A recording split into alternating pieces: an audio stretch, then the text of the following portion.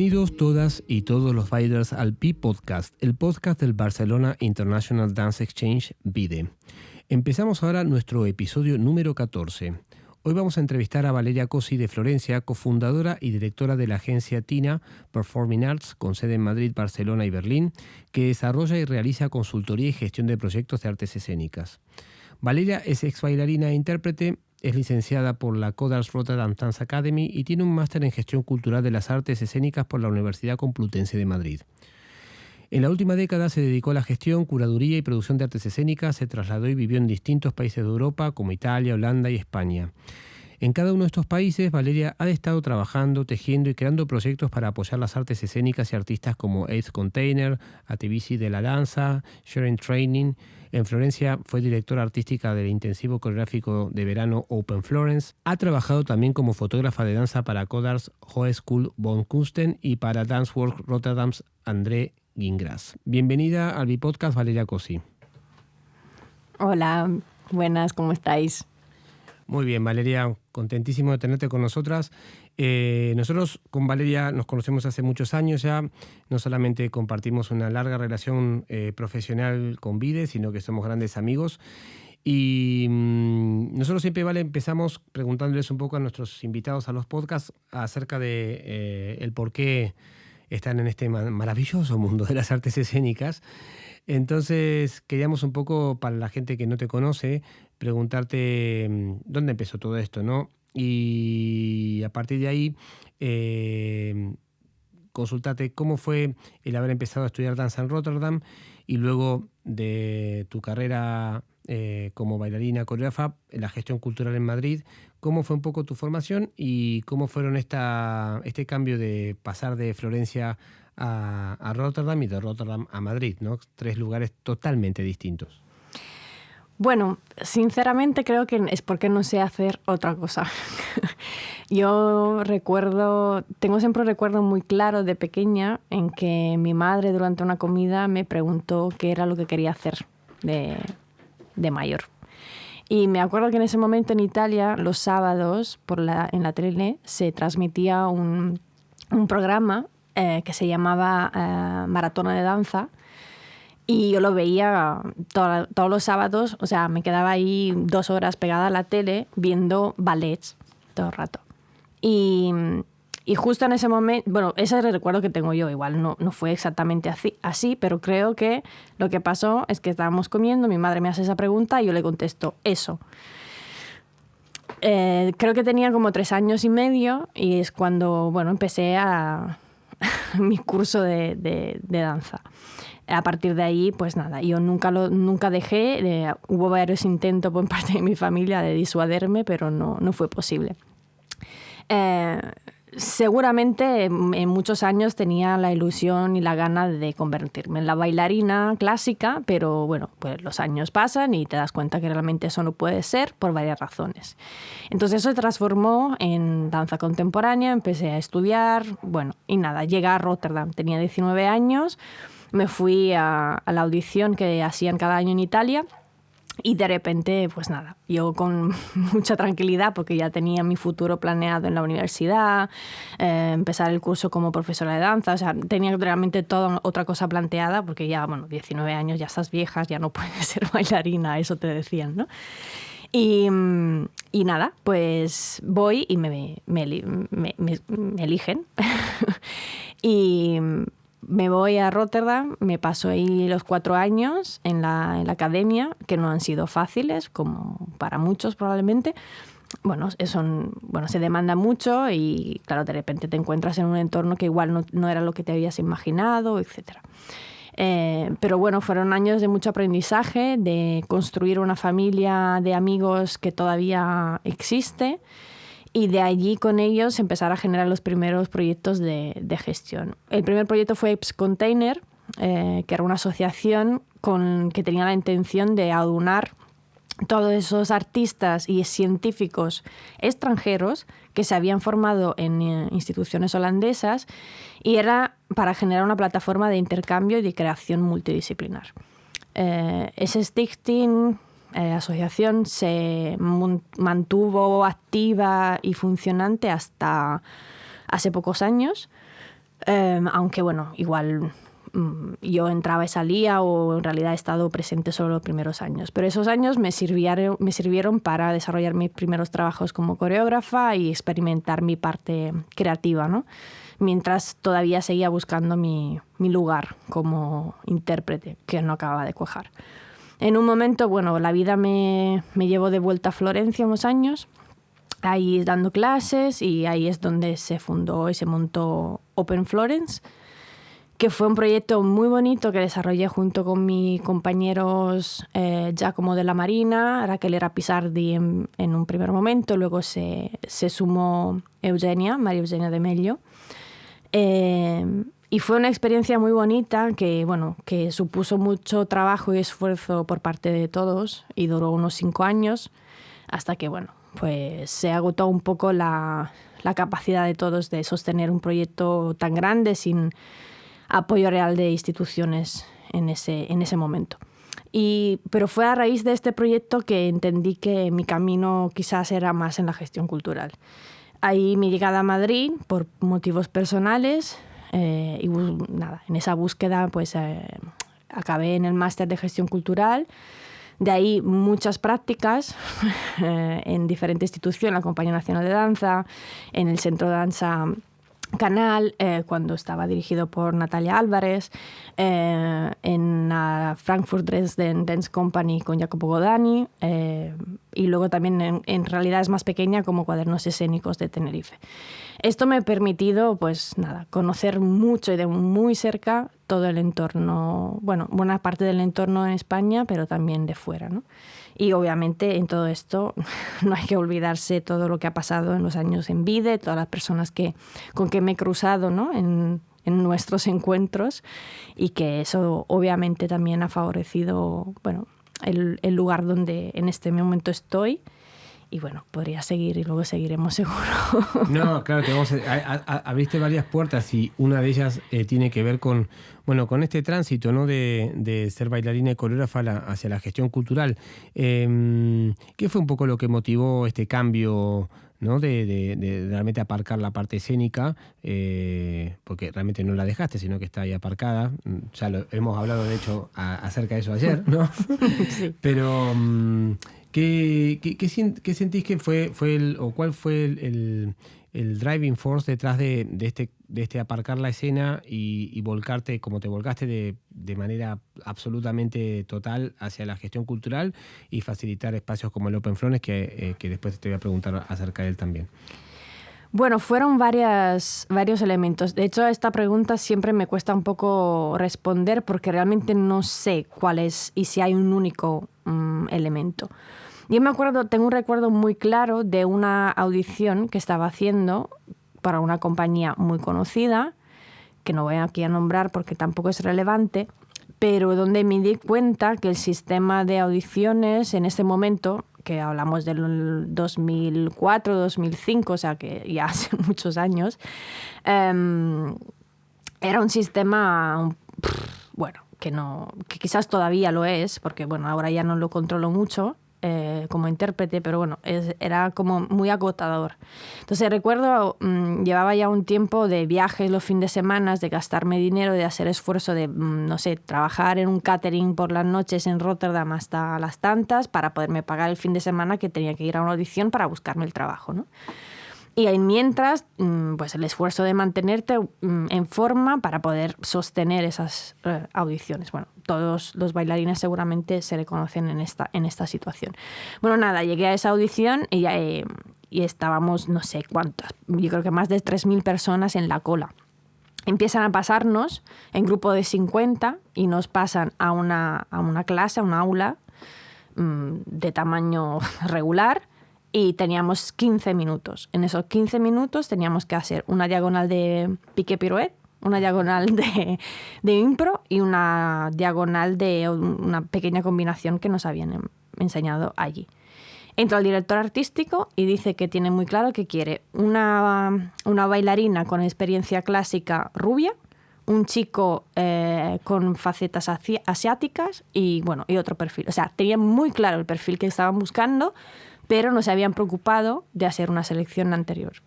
Entonces, llegó ahí todo el mundo. Y allí entendí que, bueno, me sentí en una carnicería y decidí que no iba a pasar más por eso. Eso fue un momento bastante importante que, bueno, que me hizo dar una vuelta. Y luego lo que pasó es que, claro, pasar de estar 9 horas al día poniéndote en forma con alguien ahí que te da clase, etcétera, a el esfuerzo que tienes que hacer tú, ¿no?, de mantener ese ritmo, pues hizo que mi cuerpo empezó a soltar lesiones escondidas, y una de ellas era una doble hernia discal que todavía padezco y que, bueno, pues me ha generado muchos problemas en los últimos años, y que, bueno, tuvo un momento que me puso en cama más de 4 meses y, bueno, pues digamos que estos dos elementos seguramente, no sé cuál primero y cuál después, pero han influido un poco en ese aparcamiento, como tú dices, ¿no?, de esa parte. Y bueno, hay cuestiones, ¿no?, como decís, personales, otras que son más profesionales. También tienen que ver cómo eran en esa época las sinergias de, bueno, una época que todavía había audiciones, ahora casi que no las hay, ¿no?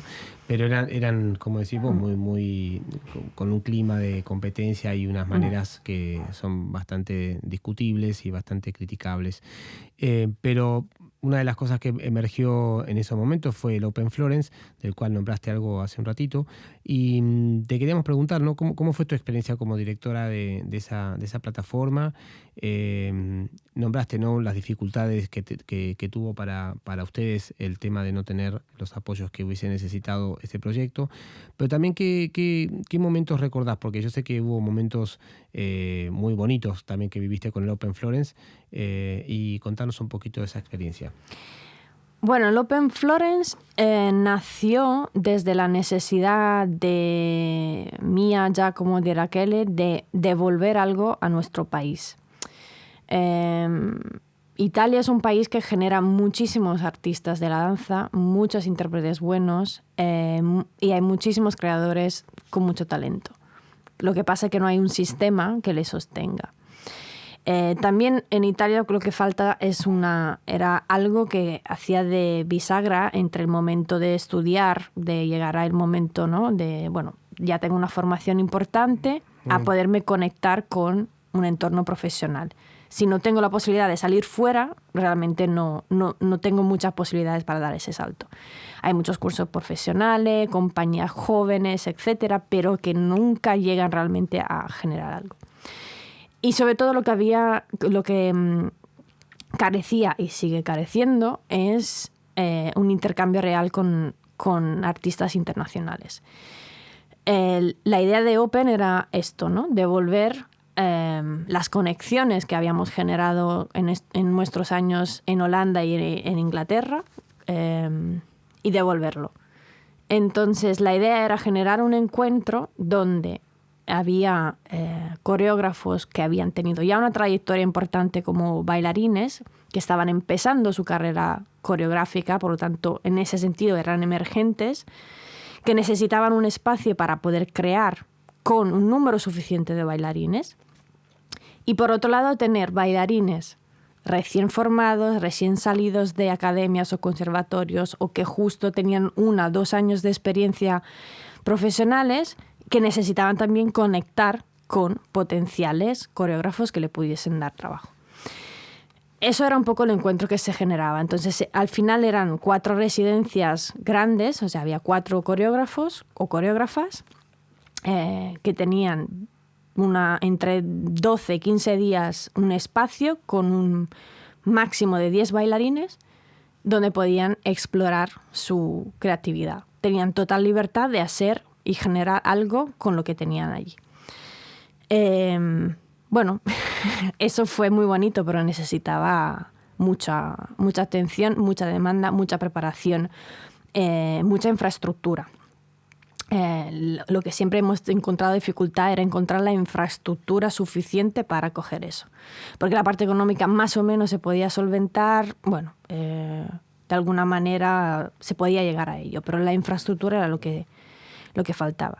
Y bueno, y luego la parte bonita de ese proyecto era también la posibilidad de hacer intercambio y generar relaciones con otros contextos, como era Vide, como era también Sharing Training y los activistas de la danza, que en ese momento era el grupo de profesionales de Florencia que estaban luchando y siguen ahora, porque siguen allí luchando para que la danza, la creación coreográfica tenga su visibilidad y su espacio en esa ciudad. Bueno, además lograste cosas como llevar a todo un grupo de formación desde México, ¿no? Sí. Y también, como decías, pese a la falta de infraestructura que había en la ciudad, también mucho del trabajo que se hacía en Open Florence, que era muy interesante, era que muchos bailarines podían hacer un proceso creativo con un coreógrafo cada año, una coreógrafa, ¿no? Y que generalmente lo mostraban en espacios abiertos, en anfiteatros, y eso también le daba otro color, ¿no? Sí, claro. Respecto a otros festivales. Claro, esa era la parte de diferenciar, o sea, que esos procesos creativos no se quedaban en las salas, sino que luego se presentaban. Se presentaban como work in progress, pero no dejaban de ponerse en escena, de, bueno, intentar ponerle algo de diseño de luces. En los últimos años intentamos también tener esa parte un poquito más desarrollada. Bueno, teníamos como muchas ideas para ir reforzando lo que es el momento importante de la creación, ¿no? La residencia. Cuando estás ahí, pruebas, es prueba-error todo el rato. O sea, obviamente no cada año salían 4 potenciales piezas, pero salía algo que, bueno, pues se había gestado, se había generado porque esa situación, ese encuentro entre esas personas concretas iba a generar eso. Y ya con eso, pues quizás unos años después cada uno podía utilizar o no lo que se había gestado ahí. Y lo que fue interesante ver es que realmente se generaron relaciones laborales después de eso, o sinergias entre personas que todavía hoy en día vemos que siguen en contacto, siguen colaborando y nos hemos vuelto a encontrar en otros contextos. Y también, bueno, te permitió hacer una especie de hub, ¿no? Donde Holanda, ¿no? Ya como vivía en Holanda, sí, ¿no? Esa época, sí, ¿no? Eso. Entre Holanda, Italia y Madrid, ¿no? Sí. Es como, y España, bueno, pero en este caso tus 3 ciudades, ¿no? Sí. Donde has pasado parte de tu vida, estuviesen juntas en un solo sitio, que era en tu tierra, ¿no? Y creo que esto está súper bonito porque lo que decías hace un rato, que intentar llevar tu experiencia internacional a tu lugar de origen siempre básicamente y lo sé porque nos conocemos, lo haces desde un lugar de generosidad, no solamente desde la producción, desde la creatividad, desde el contenido, el concepto, que también está claramente, pero es muy interesante cuando uno puede volver a ese sitio y decir, bueno, ¿cómo sería si implanto todos estos saberes con las personas con las que trabajo aquí, ¿no? ¿Qué pasaría? A nosotros nos pasó en su momento cuando hicimos el satélite de Vide en Buenos Aires, ¿no? Después fue en el 2014, hace 7 años, y claro, fue muy interesante la experiencia de llevar una práctica y una manera a un lugar como en el caso mío, ¿no? Y que estaba Marcela también, la productora anterior de Vide, que era también de Argentina, ir a nuestro país de origen a llevar esa práctica. Siempre te encontrás con diferencias, con lugares, con cosas que no sabes, con cosas que sabes. Y eso es lo que te quería preguntar para cerrar un poco la experiencia de Open Florence. ¿Con qué gusto te quedaste? ¿Qué fue qué eco te quedó de esos intensos 5 años del Open Florence en Valeria? Tengo que decir, y esto quizás es una primicia, que no está del todo apagado ese proyecto. De hecho, desde Tina hemos un poco recogido lo que queda, que fue hace 3 años se gestó una pequeña colaboración con la Bienal de Lárnaca en Chipre, donde se hizo con un coreógrafo y con un solo grupo de bailarines. Este año se va a replicar. Ya como va a estar a cargo de ello, utilizamos la plataforma de Tina, le hemos dado un poco la vuelta al proyecto, pero bueno, era justamente para que todo ese esfuerzo de esos 5 años no se apagara. Y en concreto, con lo que dejamos ahí, yo creo que sí que se dejó algo bonito y algo necesario para ese contexto. No sé si en los años ahora está resonando algo, yo creo que sí, creo que incluso en la comunidad de los artistas que están ahí, creo que sí que ese momento todavía resuena, se recuerda y ha generado el impulso a querer más, que no sean ni directamente o indirectamente de esas experiencias. Sé que ha habido intentos de replicar ese tipo de proyecto. Bueno, pues bienvenido sea. O sea, no estoy en absoluto celosas de mis... no de mí, ni siquiera mío, porque al final tampoco era mío únicamente, ¿no? Pero está bien que cuando tú generas algo resuena y se puede replicar, coge otra forma, lo que sea. Mi deseo en realidad sería que eso se pudiese retomar y que incluso que alguien llegara y dijera, pasó esto, ¿por qué no lo hacemos y lo hacemos más grande? Claro. Pues ojalá. Bueno, es interesante, ¿no? ¿En qué año fue la última edición? 2018, si no me equivoco. Bueno, pero que han pasado unos 3 años, ¿no? Encima con todo lo que ya hablaremos, ¿no? De la pandemia en el medio, pero que hoy siga vivo, ¿no? Y estas cosas que también a veces pasan en nuestro sector, que si se deja de hacer un año es que ya deja de existir, ¿no? O si cumplió un ciclo, pero puede tomar un poco de tiempo y una vez que ese tiempo pasa, entrar en un nuevo ciclo, ¿no? Es decir, en un silencio. Yo sé que no tiene que ver mucho con tu forma de ser, vos no sos de dejar las cosas, sino de aparcarlas y ver que el tiempo pase y luego volver a mirarlas y decir, bueno, a ver, quizá esto lo podemos reaprovechar o lo podemos resignificar, ¿no? O incluso reinventar. Pero detrás está la misma fuerza muy de Valeria, ¿no? Detrás de ello. Y ahí viene la siguiente pregunta. Vos trabajás con muchos proyectos de danza, pero salió la idea de crear TINA, no la agencia TINA. Entonces, contanos un poquito cómo surgió la idea de esta agencia y luego cuáles son los servicios principales que esta agencia ofrece. Bueno, el proyecto de TINA Agency se generó a raíz de un encuentro personal, diría. Bueno, yo estaba ya trabajando con 2 compañías en ese momento, y no, me equivoco, 3. Tenía otra flotante allí y nada, después de haber trabajado en el Festival de Más Danza, bueno, pues entré en contacto con uno de los artistas que en ese momento se presentó, me gustó mucho su trabajo. A los meses él me contactó porque, bueno, quería saber si le podía ayudar un poco con el desarrollo de su proyecto. Yo en ese momento estaba ya bastante desbordada y me encontré en el Festival Sismograph con mi actual socia, Laia Montoya. Ella en ese momento estaba buscando nuevos proyectos, bueno, estímulos nuevos y tal, y yo le dije, mira, me acaba de llegar esta propuesta, yo sola no la puedo manejar porque sé que no tengo suficiente tiempo. Si te apetece, pues podemos verla juntas y vemos cómo podemos hacerlo. Nos reunimos con este artista y nada, y ahí empezamos a trabajar.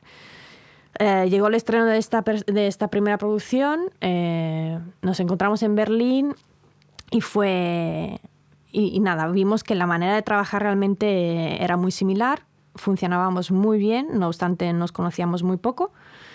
Y nada, a unos meses nos encontramos en la NEET Platform, la última que se hizo antes de la pandemia, en Reggio Emilia, en Italia. Nos fuimos a cenar y dijimos, bueno, o nos unimos o nos hacemos competencia, ¿no? Aquí hay algo... Y nada, hablando más en concreto, vimos que realmente teníamos un proyecto muy similar en la cabeza, las dos, y nada, decidimos ir a por ello.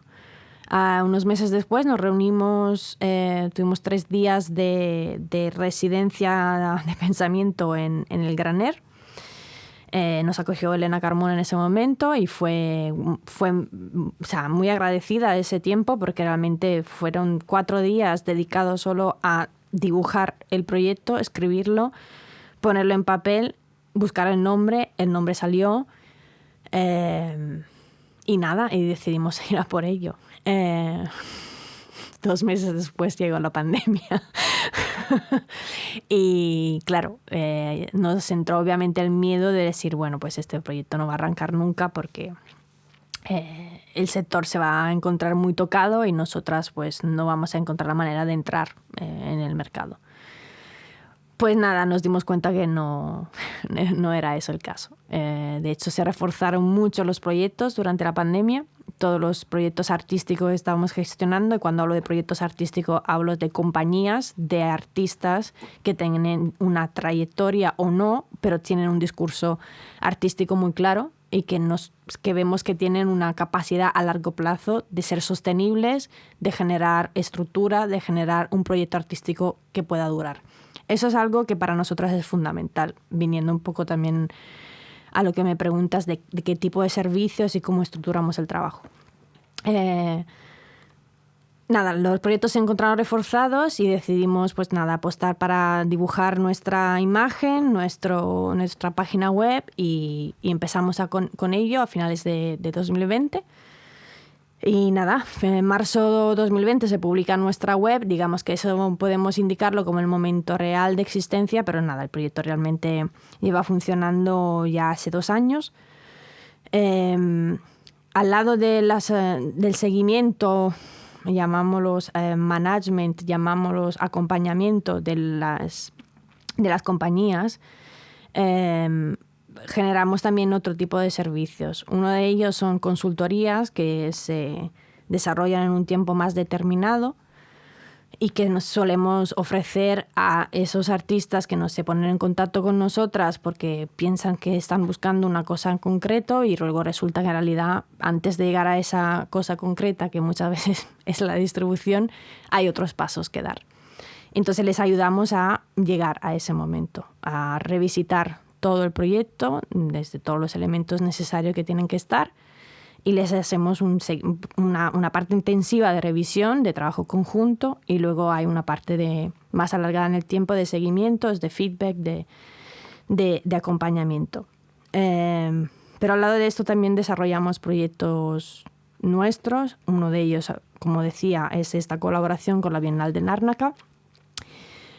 Otro es una colaboración que estamos empezando a desarrollar con Movement Talks, que era otro proyecto que había desarrollado Giacomo de la Marina, que había y está desarrollando él. Entonces estamos dibujando una colaboración en ese sentido y muchos más que vendrán. ¿Y con qué artistas podrías nombrarnos de los que están trabajando desde la Agencia Tina? Sí. Porque yo sé que trabajas con otros artistas como Valeria Cosi, ¿no? Pero en este caso como Agencia Tina, porque tienen un foco internacional, ¿no? También. Sí. En este momento tenemos 8 artistas. En España en concreto son Antonio Ruz, Paula Quintana, Colectivo La Majara, Fabián Tomé, La Señorita Blanco, Pau Arán, Yotam Pelet, que trabaja en Berlín, y Novo Flot. Espero no haberme dejado a nadie fuera. Sino que no se ofendan. Son todos perfiles. Yo conozco la gran mayoría de los trabajos de estos creadores o creadoras. Son perfiles muy distintos. Y te quería preguntar, ¿no? Porque a veces a nosotros nos gusta no desmitificar, pero a veces hay mucha creencia, ¿no? Detrás de lo que es el trabajo de seguimiento o estas palabras, ¿no? Acompañamiento, management y demás. Y de hecho, ayer charlábamos off the record, ¿no? El tema de lo que es el mercado, cómo está y demás. Estaría bueno también que le compartas a la gente que nos está escuchando cuál es tu mirada de una posible manera de hacer para un artista, ¿no? Que no solamente, como estamos los dos de acuerdo, es producir obras y salir de gira. Entonces, si nos podrías compartir un poco tu mirada, porque creo que es importante también de cara a si algún artista que está escuchando se quiere acercar a ustedes, pero también para tenerlo en cuenta para quizá trabajar con otra persona, ¿no? Claro. Bueno, para mí, pero para Laia también, o sea, para nosotras como Tina, lo importante a la hora de elegir con qué artista trabajamos, con lo que decía antes, para nosotras es importante detectar que haya un discurso artístico sólido, porque con ello se puede ir construyendo una estructura. O sea, cuando hablamos de acompañamiento es que el trabajo que hacemos semanalmente, diariamente, es construir esa estructura de personas, de equipo que necesita ese proyecto para existir. Para existir no hoy solo y hoy de aquí a los próximos 6 meses que se tiene que desarrollar la producción, sino que hoy, mañana, en 2 años, en 3 años, 5 años. Lo que se intenta hacer generalmente es justamente eso, ¿no? Hacer una proyección de lo que queremos hacer hoy, en 2 años, en 3, en 5. Y de allí se va construyendo. Se va construyendo con ellos una red de conexiones que nosotras llamamos ecosistema, que no depende de nosotras, porque nosotras podemos ser prescindibles en algún momento, si quieren. Pero su proyecto es suyo y tiene que existir y ser sostenible. Cuando hablamos de sostenibilidad, no es solo una sostenibilidad económica, es una sostenibilidad de vida, de ritmo de vida, tanto personal como profesional. Y ahí voy un poco al núcleo de la cuestión, que voy debatiendo últimamente en varias circunstancias, que tiene que ver con el sistema en que estamos obligados a trabajar. Este sistema que te obliga a producir cada año para que puedas tener tu economía sostenible, solventada, ¿no? Y muchas veces ni siquiera con eso. Entonces, muchas veces quizás no es necesario estar produciendo todos los años. Hay que buscar esa sostenibilidad desde otro lugar, como puede ser con que otros proyectos que vayan alrededor de esa producción se pueden generar una sostenibilidad. Que igual el proyecto compañía o el proyecto artístico va más allá de lo que voy haciendo de producciones o de gira. Hay muchas más cosas que se pueden generar. Bueno, esto es un poco nuestra manera de... Entonces, claro, muchas veces cuando nos dicen, no, estamos buscando una distribuidora, no es lo que hacemos. O sea, no tenemos un catálogo y vamos y tal. Lo que hacemos es que conjuntamente, porque esto realmente es un trabajo de equipo todo el rato, se van a generar esas relaciones que tienen que ser sólidas, tienen que ser complicidades que luego a largo tiempo y a largo plazo puedan ser duraderas. Sí, no, yo estoy totalmente de acuerdo, ¿no? con la idea, como dice Tony González, que lo tuvimos en los podcasts hace unos capítulos, la idea del multiproyecto, ¿no? Uh-huh. O sea, que no solamente es un monoproducto de obra, no. Producción, obra, estreno, gira, producción, obra, estreno. Aparte era un modelo de hace 20 años y ahora ya es insostenible, salvo para los grandes nombres que siguen estando ahí porque ya están establecidos y tampoco hay mucho espacio para que, y ni dejan, ¿no? Que entren nuevos.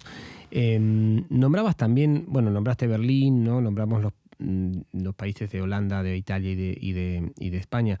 Vos también has estado en muchos otros países y te queríamos preguntar qué diferencias notás, tanto quizá en lo creativo, ¿no? Con respecto a y hablábamos también ayer off the record acerca de eso, de lo que es un artista que quizá está en Berlín o está en Londres o está en París o en en una ciudad pequeña o en Biarritz o en Madrid.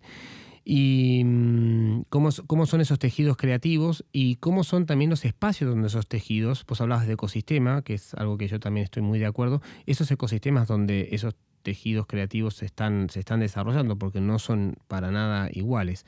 ¿Qué diferencias, qué coincidencias encontraste tanto en artistas como en estos ecosistemas de estas ciudades y países en los cuales estuviste y estás trabajando y colaborando?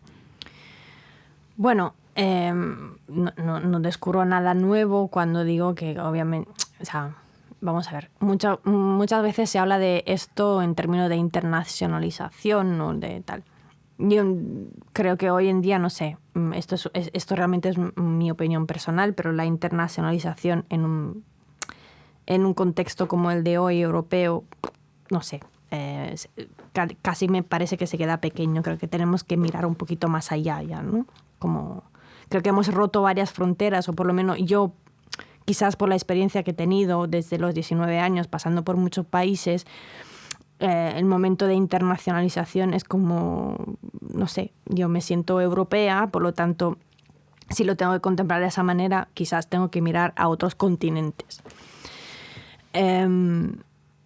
Está claro que en el momento que se construye el ecosistema de cada artista hay que contextualizar el lugar donde estamos. Y está claro que cambian mucho las cosas si estamos afincados en Barcelona o en Madrid. Ya esto es una diferencia enorme. Imagínate si vas a Canarias, es otro contexto, ¿no? Entonces, por eso que la manera que trabajamos no es estandarizada, porque nos modulamos según el proyecto, según no solo el proyecto artístico, sino que de dónde está colocado, no solo por tiempo, sino que por el lugar. Obviamente notamos ya mucha diferencia. Artistas de Berlín, no obstante la pandemia, han alcanzado en un año un lugar que nos está costando mucho más alcanzar con artistas de aquí en España. Artistas que están quizás en la misma digamos, etapa, ¿no? Como a nivel profesional. O sea, que no... Llamemos la etapa temprana, ¿no? Exacto, estaban en una etapa temprana, pero bueno, no obstante, la situación pandémica que hemos vivido está... Y no obstante, Alemania haya estado cerrada todo este tiempo. O sea, nosotros aquí hemos estado activos, hemos podido producir, estrenar, tener cosas, pero estamos pagando las consecuencias ahora de esto. Entonces sí, hay mucha diferencia y obviamente, como comentábamos ayer, no es igual coger un emergente de Holanda o coger un emergente de Italia. Vamos, creo que si cojo un emergente de Italia, bueno, tengo que valorar también si está solo afincado en Italia o no. O sea, bueno, hay muchas cosas, muchos factores que tener en consideración. Y obviamente cada lugar tiene una idiosincrasia diferente y desafortunadamente estamos en unos sistemas y en esos sistemas tenemos que todavía trabajar.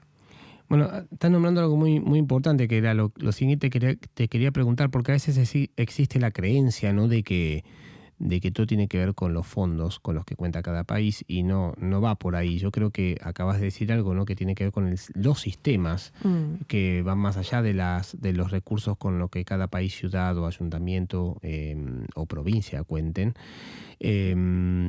¿Qué diferencias notas en los sistemas que estás nombrando a grandes rasgos, ¿no? O sea, un sistema italiano o un sistema español que tiene muchas similitudes, no solamente porque son países con raíces judio-cristianas, ¿no?, y con una gran presencia estatal en todo lo que tiene que ver con lo cultural, comparado con Alemania, que es un país protestante y que el sistema cultural es más mixto, ¿no? Es un sistema donde el Estado está muy presente, pero también está lo privado muy presente.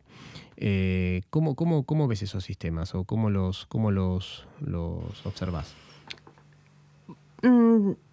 Bueno, en primer lugar, muchas veces se asocia, o sea, se hace una comparativa muchas veces entre Italia y España donde que parece que son muy parecidos. No, voy a decirlo muy claramente. Italia no tiene un sistema. Y España sí lo tiene, que igual está mal, no es el mejor, hay mucho trabajo que hacer para mejorar, totalmente de acuerdo. Sabes perfectamente que estoy metida dentro de la Federación Estatal de Danza, estoy con Emprendo Danza, o sea, entonces digamos que lo puedo vivir desde muy cerca, ¿no? Pero Italia no tiene eso, no tiene un tejido asociativo, no tiene un sector que está cohesionado y trabajando para alcanzar una mejora, ¿no? O sea, cada uno intenta por su parte, porque claro, cuando naces para hacer esto, es que solo sabes hacer eso. Lo que pasa es que Italia, por ejemplo, es un país que tiene una cantidad de patrimonio enorme, impresionante que tiene que gestionar. Claro, pero que por otro lado deja muy poco espacio a que haya que se genere economía alrededor de lo que son las artes escénicas. No sé si me estoy perdiendo quizás un poco en tu respuesta, pero... Está muy bien que hagas una comparativa, porque a veces en España se piensa que todo está mal, y sí, que hay cosas que están mal, pero hay cosas que no están tan mal, que están bien, ¿sí? Por lo menos tenemos una federación, ¿no? Bueno, nosotros hemos coincidido de muchas formas, con muchas versiones de Valeria y Sebastián en esto, ¿no? Yo también con la Asociación de Danza de Cataluña, vos con la de Madrid. Y bueno, también... nosotros estamos esperando en España que de una vez se pongan de acuerdo varios ministerios y promulguen la ley del Estatuto del Artista, ¿no? ¿Cómo ves esa situación, ya que hablabas de Italia, ¿no?, con todas estas carencias ligadas a un patrimonio que no deja que nuevos patrimonios salgan, ¿no?, con España, que está en este momento que nunca termina de dar el salto a darle lugar a la cultura escénica que se merece? Bueno, yo tengo bueno, la cuestión del estatuto del artista justo ha sido tema muy, muy fresco de la semana pasada, porque antes de este repentino cambio nuevo de ministro de Cultura, pues se había producido una reunión de la mesa de Mercartes justamente la semana pasada con algunos representantes de las varias asociaciones y federaciones que hacemos parte de esa mesa, con el ministro, ex ministro, para justamente valorar cómo avanzamos, de qué manera, cuál es la agenda para esto, ¿no? Y seguir presionando sobre las reivindicaciones que tenemos al respecto. Claro, hoy en día todo ese discurso hay que volver a hacerlo de nuevo. Entonces, tengo la sensación que el estatuto del artista se utiliza como eslogan político cuando sirve, porque de repente hace unos meses volvió a estar en la agenda política, pero no sabemos cómo, pero nunca se alcanza ese objetivo. Es una ley importante que tiene que llegar ya. Tiene que llegar y este es el momento para que suceda, porque no podemos levantar de la pandemia reproduciendo todo lo que ha habido antes, porque si no, no vamos a salir de esta crisis. O sea, ya llevamos años desde la última crisis económica, donde si vamos a mirar todas los indicadores de lo que hemos perdido económicamente, y lo que han seguido aportando los artistas para sostener sobre todo el sector de la danza, es que no lo podemos reproducir después de esta crisis. O sea, hay que dar un cambio radical. Pero tengo bastante dudas sobre cómo y en qué momento se van a generar estos cambios. Lo que seguramente puedo afirmar es que hay una cohesión dentro del sector que es muy importante, que por primera vez se ve, y que seguramente estos meses de pandemia que han sido agotadores para los que hemos estado en las varias mesas sectoriales han producido eso, ¿no? Una cohesión fuerte, un diálogo constante. Ahora hay que seguir ahí, no hay que perderlo, sobre todo no hay que perder el foco de que estamos todos, desde las salas, las instituciones, las compañías, los artistas, estamos todos luchando para lo mismo, que es mejorar la sostenibilidad del sistema cultural. Bueno, eso es algo que a veces se les olvida a algunas personas, ¿no? Que no es un ejercicio individual pertenecer a esta familia maravillosa de las artes escénicas y la música, ¿no? Pero sino que es un trabajo de grupo, ¿no? Y hay una conciencia sindical que a veces acá cuesta un poco, ¿no? Comparado con otros países. Por eso también vos que estás trabajando ahora mucho con Alemania, yo he tenido la posibilidad de trabajar también, y lo sabés, muchísimos años allá, pero estamos acá para escucharte. Preguntarte qué ves en el sistema alemán que se diferencia con respecto a esto, ¿no? Con respecto a esto que conocemos de España y con respecto a lo que nos compartías antes de Italia. Bueno, es verdad que Alemania ha respondido de una forma que, mediáticamente podría parecer wow, ¿no? Que de repente, pues, en 3 días los artistas tenían 5.000 euros en su cuenta para sostenerse. Ya. Pero lo que ha pasado es que estos artistas han estado un año entero o más donde su trabajo ha dejado de ser el trabajo artístico, sino que se ha convertido en escribir proyectos o aplicar a subvenciones para explicar lo que han perdido por la pandemia. Entonces, ha generado mucha frustración.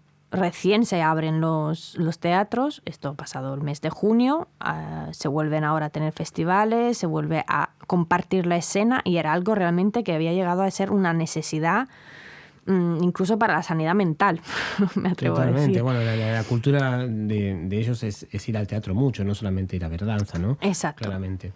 E incluso para la sanidad mental de los artistas, porque realmente te encuentras en un estado donde ya no sabes cuál es qué es tu rol, ¿no? Y ahora mismo, tienen un plan de ayudas y subvenciones para seguir, digamos, manteniendo las estructuras hasta 2022, porque bueno, mucha gente de los que tenían ayudas de 4 años han tenido que reducir plantilla de personal, etcétera. Entonces, para reactivar ese mercado, pues se están activando ayudas para sostener las estructuras hasta 2022.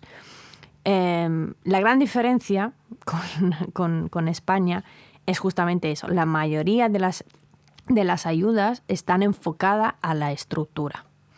Porque si no hay estructura, no puedes producir. No hay nada, claro. Esto es lo que tenemos que entender aquí. Son muy importantes las ayudas a producciones, obviamente, pero si no podemos sostener una estructura... Y sí, bueno, ya casi no las hay, ¿no? No. Nosotros tuvimos un podcast con Margarita Fernández, la directora de la Compañía Nacional de Argentina, ¿no? Y Argentina que tiene un montón digamos, de faltas en lo que tiene que ver con los recursos. Pero hablábamos con ella, ¿no? España tiene 2 compañías oficiales, Argentina tiene 24, creo. Es un montón, ¿no? Es una diferencia. O sea, hablo de compañías estables, tanto de contemporáneo, de ballet, como de folclore, ¿no?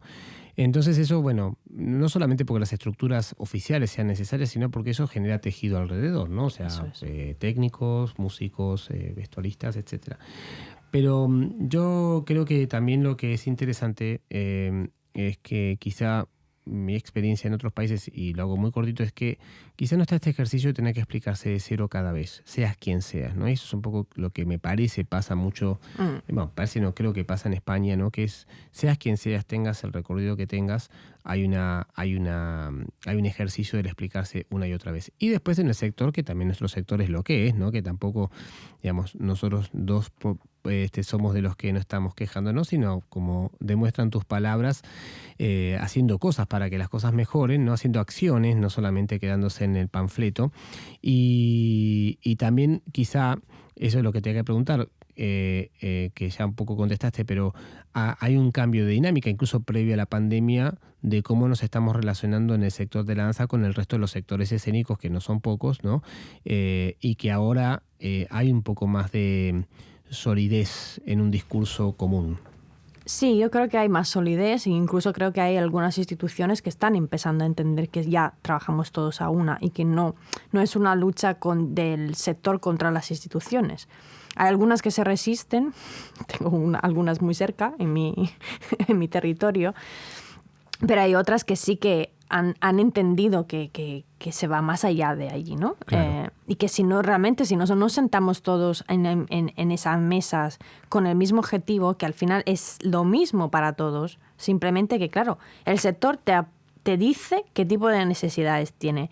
Y tu institución pública, como estás dando un servicio público, tendrías que responder, intentar cambiar ese sistema para que se alcance esa necesidad del sector.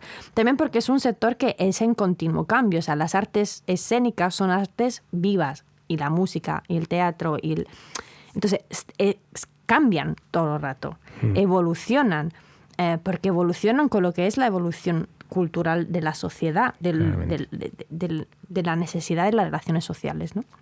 Entonces, desde la institución tenemos que acompañar ese cambio. Por ejemplo, hago una comparación con Alemania ahora porque, bueno, estuve en un proceso que me hizo entender y acercarme al sistema de los Staatstheater, que si los observamos en los últimos años han cambiado muchísimo. Hay muchos que todavía están estancados en el sistema previo, pero hay otros que han empezado una transformación brutal. Porque es así, porque el público cambia. Totalmente. O sea, si no hacemos una constante revisión, perdemos público. Y es lo que está pasando, ¿no? Porque siempre hay sobre todo para la danza, no hay público. No es que no hay público, es que si no evolucionamos como instituciones que presentamos, como compañías que presentamos, y ponemos atención a lo que es la evolución de la sociedad, obviamente perdemos público. Sí, estoy totalmente de acuerdo. Aparte del público hay que ir a buscarlo, no hay que sentarse a esperarlo. Absolutamente. Y para terminar, ¿no? Porque detrás de todas estas palabras y estas ideas que nos compartís súper interesantes se ve, ¿no? Esa intensidad, ¿no? Esa pasión que tienes cuando trabajas, que yo la conozco muy bien y se agradece mucho, ¿no? Pues muy inspiradora. con todo este contexto, ¿no? Describiste mucho la pandemia. En menos de 2 años, por más que algunos proyectos ya los traían de antes, bueno, estás con Tina con 8 proyectos, que es un montón, ¿no? Sí. Entonces, eso también quizá para la gente que nos está escuchando, que entienda que también el ser emprendedor y el tener un multiproyecto, en este caso el de Tina que estás con Laia dirigiendo, pero que también apunta a contarse con artistas que sean cabezas de sus multiproyectos propios, ¿no? Es muy inspirador, ¿no? Y que no se les olvide eso, ¿no? Que hay que ser emprendedor, que no hay que esperar que todo aterrice, llegue, ¿no? Y por eso te quería preguntar, ¿qué viene ahora, ¿no? Para terminar, ¿qué viene para Valeria Cosi, para tu proyecto Tina? ¿Qué viene por delante? Bueno, viene un momento de calma, de reflexión, o sea, pero a la vez de empoderamiento, esta palabra que va muy de moda ahora. Muy de moda. Que no sé si me acaba de gustar del todo, ¿no? Pero no, creo que ahora sí que estamos las dos apostando 100% para esto. O sea, esto sabemos que es nuestro proyecto presente y futuro. Se vienen muchas cosas nuevas. Viene un equipo que va a crecer en los próximos meses. Buenísimo. Sí, porque lo necesitamos, porque también nosotras necesitamos nuestra estructura para estar, para sostener y aportar. Seguramente no vienen nuevos proyectos artísticos nuevos, o sea, no podemos en este momento acoger a nuevas compañías o no todas las que nos gustaría. Entonces ahora viene un momento de estar con lo que tenemos ahora, fortalecerlo, consolidarlo, alargar el equipo y seguir apostando y seguir arriesgando. O sea, emprender, y es lo que yo creo que cada artista que tenemos que son nuestros colaboradores, o sea, así los vivimos y así lo percibimos y así los llamamos, son emprendedores a su vez. Entonces hay una responsabilidad y hay un riesgo que se elige cada día. Te levantas y decides arriesgar y apostar por algo en que crees. Bueno, no puedo decir más que estoy al 100% de acuerdo con lo que acabas de decir. De todas maneras, aunque no estén tomando nuevos artistas, sí que pueden contactar con ustedes, ¿no? Para sí, servicios de asesoramiento. Sí, con tu permiso vamos a poner la web en el pie del video del podcast. Y bueno, Valeria, te queremos agradecer muchísimo. Es un placer escucharte. Es un placer ver toda la evolución que has tenido, ¿no? Todavía me acuerdo del primer viaje que hicimos juntos a México en el 2014, en 2015, al camping. Y bueno, y de ahí para acá, ¿no? En estos 6 años, bueno, es impresionante todo lo que has producido, hecho, concretado, ¿no? Es muy inspirador y a nosotros nos gusta mucho eso porque a veces siempre el discurso no es el no se puede, y escucharte, saberte, ¿no? Porque no solamente, vuelvo a repetir, un discurso, sino que detrás hay una acción, hay una manera de entender lo que es este trabajo, siempre inspira y a mí escucharte no deja de hacerlo. Así que muchísimas gracias por haber estado con nosotras. Gracias a vosotros, siempre un placer. Bueno, esto fue el podcast número 14 de Vide y nos encontramos en el próximo. Muchas gracias.